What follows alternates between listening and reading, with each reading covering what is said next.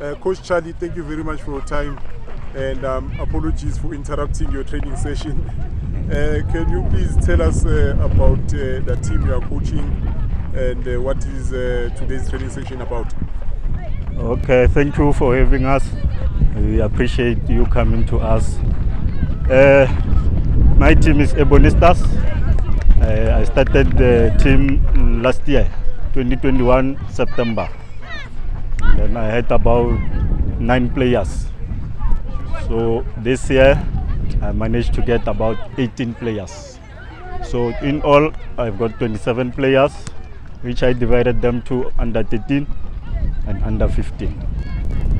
So we played this weekend and we lost. We were playing in a top 4 tournament and then we lost in the first round. So today's training is all about fixing our mistakes, because we saw where we lack, where we need to change. So today's training is based more on our mistakes over the weekend. Coach Charlie, you say you started a team last year. Yes.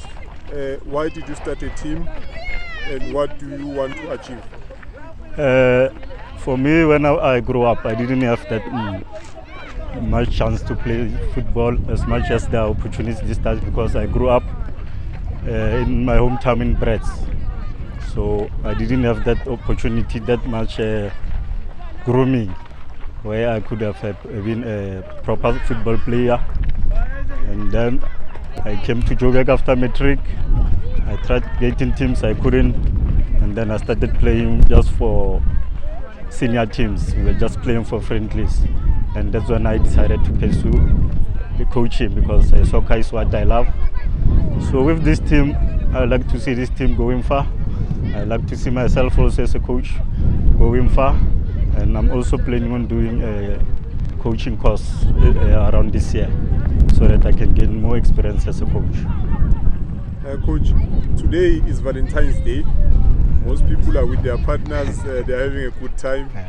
Why do you take your time and your resources and invest them in this team, instead of just like an ordinary person who could be with your loved one and doing all the things that you like? But what made you say, I'm going to dedicate my time and resources to these boys? Even today, one of the players said, "Coach, it's Valentine, why must we go to training?" And I said to them, no, there's no Valentine in football. There's no holiday in football. If we want to achieve, if we want to be successful, we have to be always on training. So I even forgot that it's a Valentine, because on Saturday after gym, I told them Monday, Thursday, Friday we are gymming. So it's not all about it's a holiday or what. If we have to work, we work. Coach, here it's evident the condition of the pitch is poor. Yeah. It's gravel, it's uneven, it's with stones. I also see water on that side. You don't have enough equipment, enough cones, enough balls, and so on. How does that affect what you are trying to do here?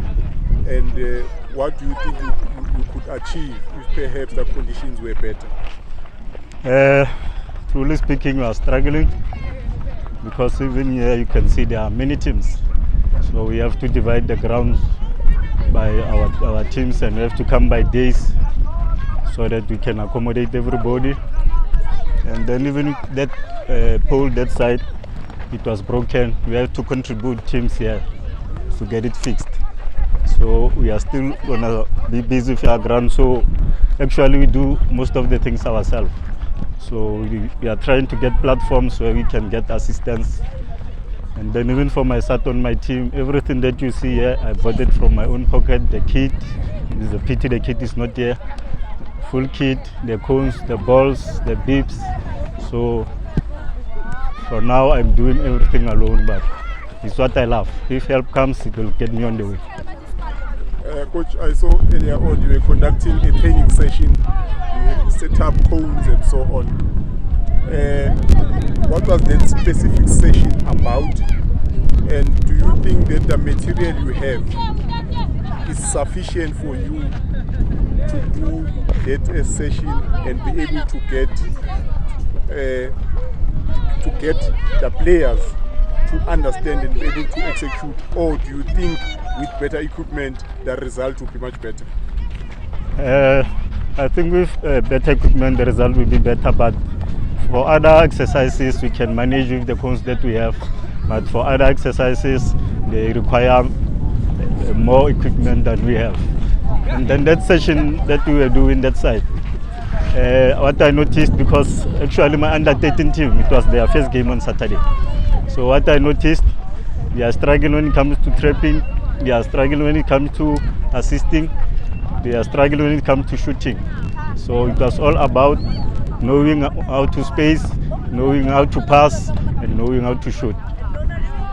Coach, another problem in South African football, and as someone who loves football, who's involved in football, I'm sure you'll know that we struggle to score goals.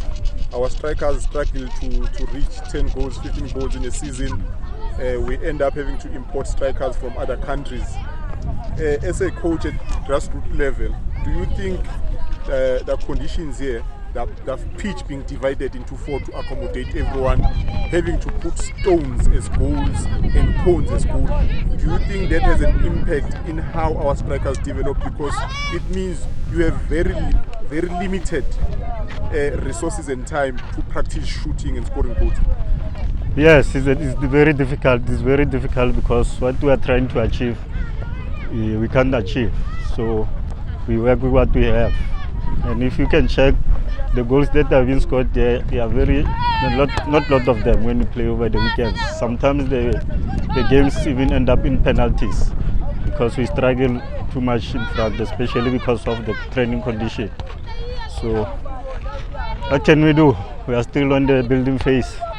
Things will hopefully work out. Coach Charlie, thank you very much for your time. Thank you for dedicating yourself to assisting these boys. As someone who loves football, I appreciate the work you do and wish you all the best. Thank you very much, and thank you for having us. Thank you, my friend. Thank you.